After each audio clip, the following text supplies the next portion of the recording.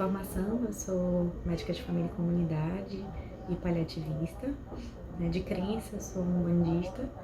e de coração, né, eu sou uma pessoa apaixonada pela escrita, pela literatura. E vim, né, compartilhar um pouquinho com vocês sobre como que essas três coisas elas se encontram, né, na minha vida, na minha prática, no meu cotidiano. E acho que eu começo, né, falando um pouquinho sobre o quanto foi difícil, né, para mim me entender como médica, né, me entender nesse espaço que muitas vezes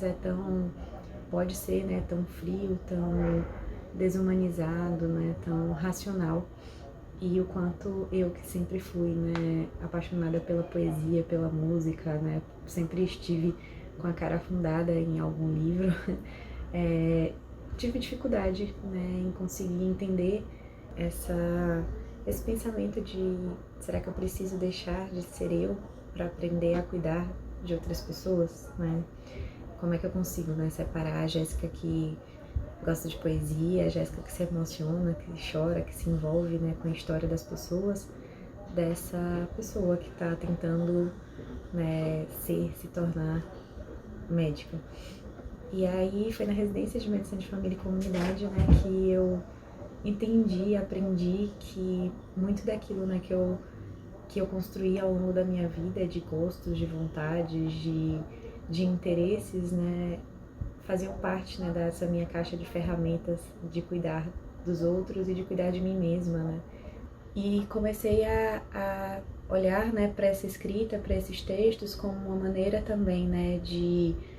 autocuidado, de autoconhecimento, né, de olhar para o que eu tinha de potencial, né, para ocupar esses espaços, mas também, né, quais eram as minhas fraquezas, os meus pontos cegos.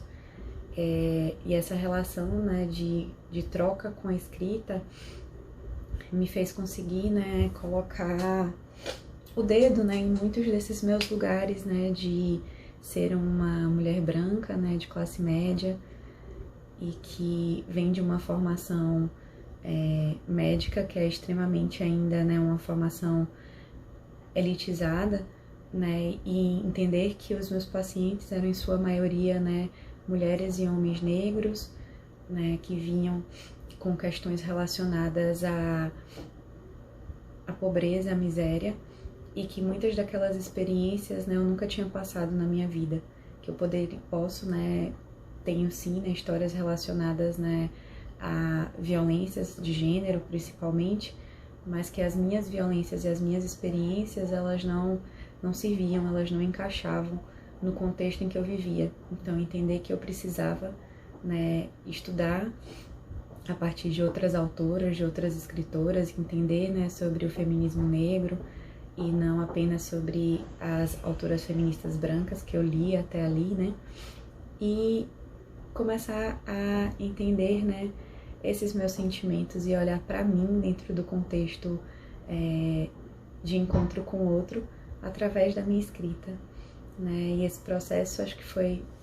extremamente importante como cuidado em saúde mental,